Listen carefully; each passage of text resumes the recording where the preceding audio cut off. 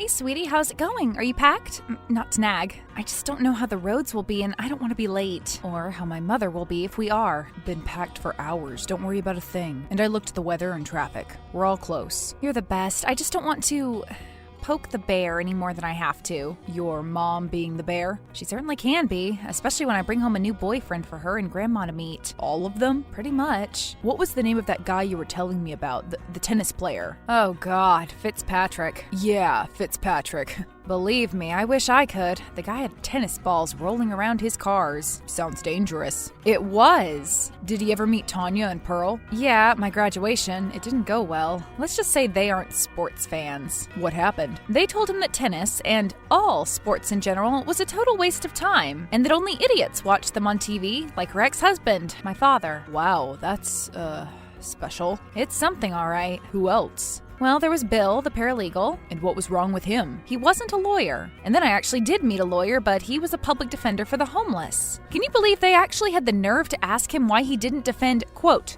real people? Well, I'm sure they'll be impressed with a humble graduate student working part-time at a bakery. I know. I'm sorry. Although, who knows? They're totally unpredictable. Have they ever actually liked any of your boyfriends? One, a cop. Oh, I see. But Pearl decided she hated him when he said he wouldn't make her traffic tickets disappear. That grandma of yours is a feisty one. But I promise you, I can handle myself. They can judge me all they want. All that matters is how we feel about each other. Oh, sweetie, bless your heart. Uh-oh. If they get even a whiff of fear, they will eat you alive. Well, it's a good thing we're bringing the gravy. This is no joke, and I'm so sorry. But come New Year's, we'll be gone, and I promise you'll never have to see them again. And I'll love you forever and ever and ever and ever. I thought you were going to do that anyway. Nah, I was lying then. Well, thanks for telling me. We'll get through it. I know we will. It just makes me so sad. I mean, your parents love me. They're so cool and kind and understanding, and they made me feel so welcome and at home on Thanksgiving. Honestly, I don't even feel at home in my mom's house, and I grew up there. I'm sorry. I got lucky with my parents. I feel kind of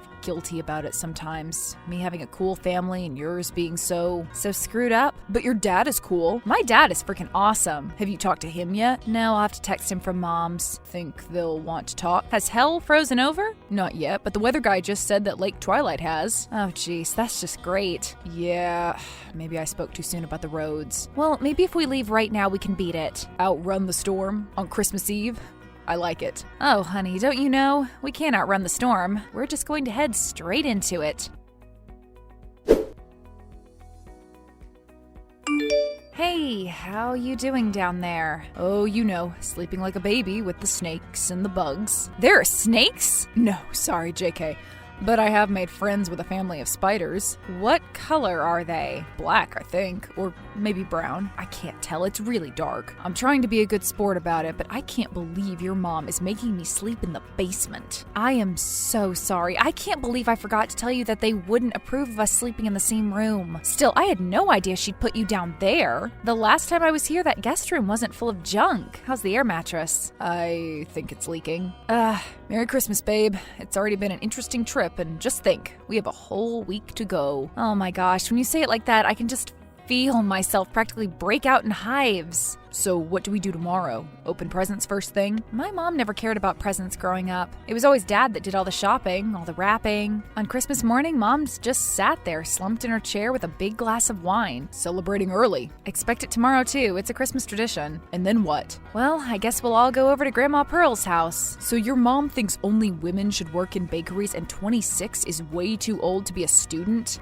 Don't listen to her. She's an idiot. It's amazing how children can end up so different from their parents. A lot end up exactly like them, though. Well, thank God you didn't. At least not them. I'm so glad we live so far away. Is that why you moved? I used to tell myself it was only for school, but really, I think it was because of them. As much as I was going to miss my dad, my mom was just making life there impossible. It broke my heart, but thankfully he understood. Did moving really help? Oh, absolutely. Now when I don't answer my phone, she can't come over and pound on my door until the neighbors call the cops. Did they ever lock her up? I thought about getting a restraining order for a while, but I didn't really have any grounds. I guess in the eyes of the law, having a terrible, overbearing mother doesn't mean you can legally keep them away. That's a crime. It should be a law in and of itself. Lynn's law for keeping away your evil mother. I literally just lolled really loud at that. Yeah, I could hear you from down here. Oh my god, I woke my mom up. She's yelling at me. She's pounding on the door. What, does she think you're in high school or something? Hello? Lynn? Sorry. She seriously just chewed me out about staying up late and texting you. That's awful, but also kind of funny. It's not funny at all. I know. I'm sorry. She's just so out there, so extreme. She's like a cartoon character. Cartoons don't text, which is what she's doing to me right now. What's she saying? We'll talk about it tomorrow. So, good night, I guess. Lynn?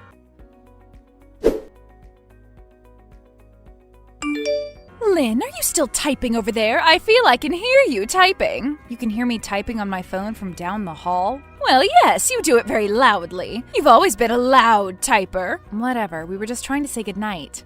What do you care anyway? I'm an adult. Because we have a full day tomorrow and you need plenty of rest. Grandma will expect us to help out with the cooking and I can't have you sleeping in. I haven't slept in since high school. Well, we can't risk it. Besides, we have to get up and open presents. Since when do you care about opening presents? Well, I always loved opening presents. I'm surprised you even remember ever opening any. Now, what is that supposed to mean? I mean, your traditional Christmas morning bottle of Chardonnay. Oh, would you stop judging me already? I have no idea how I raised such a judgmental child. Oh, you have no idea, do you? You are the most judgmental person I have ever met. Well, you'll have to do better than that. Oh, you want an example? I believe I'm owed one. How about treating every boyfriend I've ever had like crap? Have you ever wondered why you've only met any of them once? Well, I assume they finally saw what a nasty woman you are and then dumped you accordingly. I can't believe my own mother is talking to me like this. Well, when you act like a child, expect to be treated like a child. And that's why Dad left you, because all you did was treat him like a child. Please, Lynn, I don't want to get into a huge argument just before bed. You pounded on my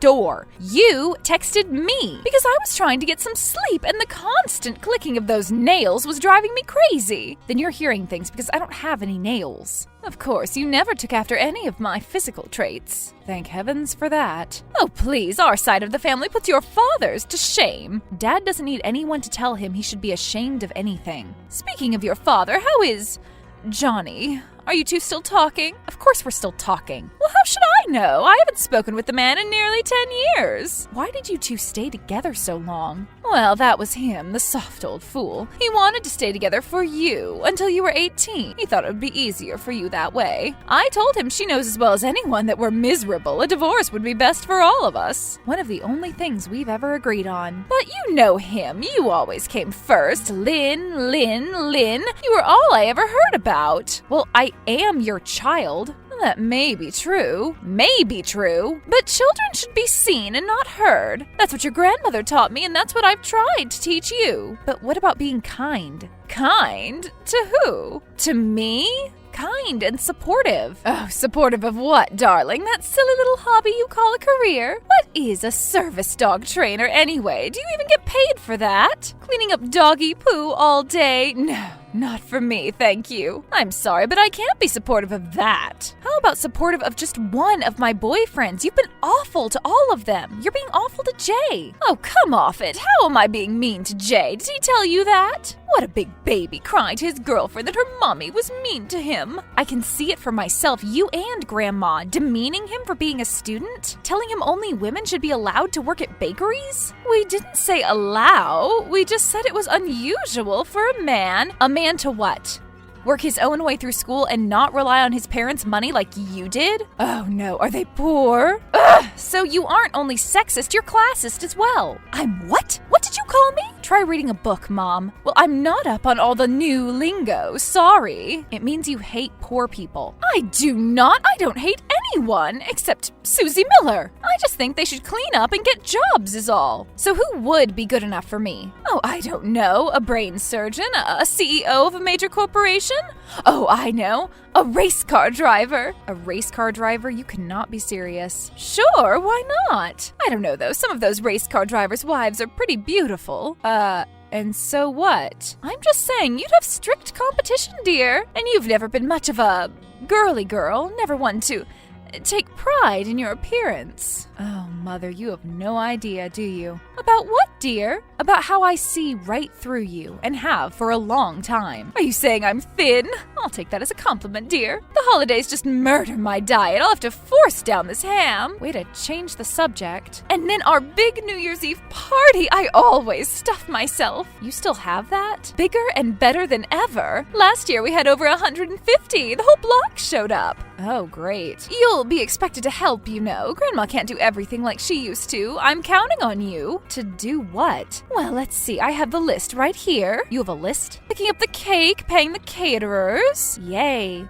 Hiring a DJ, finding a venue. You really waited till the last minute on this thing, didn't you? Well, with you and Jay coming, we just had so much to do. Cooking, cleaning the house. You cleaned the house? Well, of course we did. Couldn't you tell? I could not. Shut up!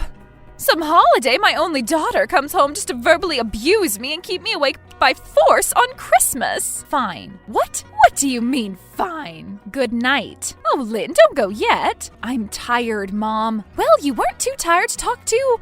what's his face? I know you know his name, so I'm not taking the bait. And that's because he's not completely and utterly exhausting like you. Well, how can I sleep now after all this? I don't know. Warm milk? Great, thanks. Another of Lynn's useless suggestions and a long line of them. Okay, I'm done. Good night, Mother. Oh, darling, have you looked at the time?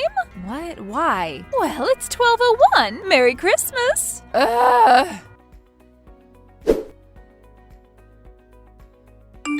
Hey, honey. A belated Merry Christmas to you and Jay. Just got back from the mountains and I finally have cell service. Oh, Daddy, it's so good to hear from you. You too, kid. So, how's things going in the nut house? Did you get what you wanted for Christmas and Mom and Grandma disappeared? Sadly, no. I got the same thing I get every year. Bitterness, hate, resentment. So, in other words, just another Christmas with my ex-wife and mother-in-law. I can see why you ended up raising goats in Peru. I wanted to raise goats in Peru. I ended up with llamas instead. So what's going on? Well, it started on Christmas Eve when she made Jay sleep in the basement. You know there's a snake down there. What? Yeah, a little one though. Won't hurt him. Maybe not tell him right now. Yeah, maybe I'll wait till after we get back home. So she's still just up to her same old tricks. He's not good enough.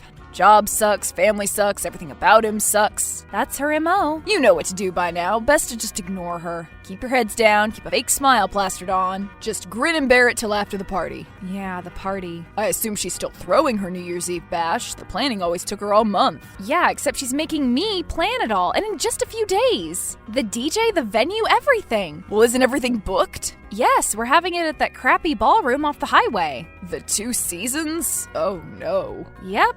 Wasn't there a big drug bust there last year? That's the place. This isn't right, what she's doing to you. I know, but what can I do? You know she's impossible to argue with. She'll just wear me down until I break. But she's kind of setting you up to fail. You're right, so when the party goes terribly, she can just blame it all on me. Dad, what am I gonna do? Honey, I was hoping I'd never have to tell you this about your mother, but... But what? Well, the only thing she responds to is...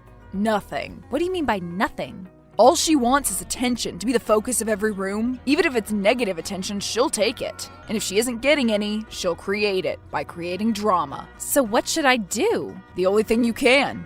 Ignore her. Just ignore her? How? Don't do any of it. Don't book the venue, don't book the DJ, none of it. Don't buy into her drama. Just go home. Go home? Or, hey, I have an idea. What is it? How about I fly you guys down here for New Year's? To Peru? Sure. You guys can finally meet the llamas. I mean, I'd have to talk to Jay, but that sounds amazing. So you know what you have to do? I guess I do. In the end, it's the best thing for her as well. I guess I'll trust you on that. Lynn? Lynn, where are you? Oh, hey, Mom, what's going on? Going on? Going on? I'll tell you what's going on. Me and 150 of my closest friends are standing outside the venue in the cold, listening to some silly bald man who calls himself the manager tell us that they're already booked. Oh, that's weird. And the catering company says they haven't received the deposit. And the DJ you said you hired said he's never heard of you. Oh, now that's unusual. What's going on, Lynn? Well, Mom, the thing is, Dad and I have been talking. Oh, wonderful. What has that horrible little mouse of a man got to say? He told me what I should do with you. Do? Why should you do anything with me? I've done nothing to you. He told me you're Achilles' heel. My what? Gave me a secret weapon. And what could that be? I am going to ignore you. Ha! chance? I'm your mother. You can't ignore me. Hello? Lynn? Lynn? Just testing it out. Looks like it works. All right, I've had enough of this little prank of yours. It's New Year's Eve, not April Fool's. Now call the manager and tell him your little prank's over and he can let us in now. Well, that may be a little hard to do. Why's that? I doubt you've forgotten how to click-clack on that stupid little thing. Well, I could be losing service soon. I'm in the mountains, you see. The mountains? Where? There aren't mountains for hundreds of miles. Oh, a little country called Peru. Peru? You're with that father of yours. He put you up to all of this. Put him on right now. Sure thing. Hey, Tanya, it's your ex-husband. Long time no speak. I'm not interested in speaking to you, Johnny. I'm only interested in yelling. How dare you turn our daughter against me? Oh, you know, Tanya. I'm sorry, but I think our service is cutting out. Your texts aren't coming through. You're lying, all of you. Oh, well. Bye, Tanya. Hey, I promise we'll name a llama after you. On their last day in Peru, after receiving Johnny's blessing, Jay proposed to Lynn. They were married by a local shaman in a small mountain temple 1 year later to the day. Lynn was a beautiful bride, and her father proudly walked her down the aisle. After the debacle of New Year's Eve, Tanya became a laughingstock to all of her rich, equally terrible friends. Now her and Pearl stay home every New Year's Eve, with no one to kiss at midnight but each other, which they never do.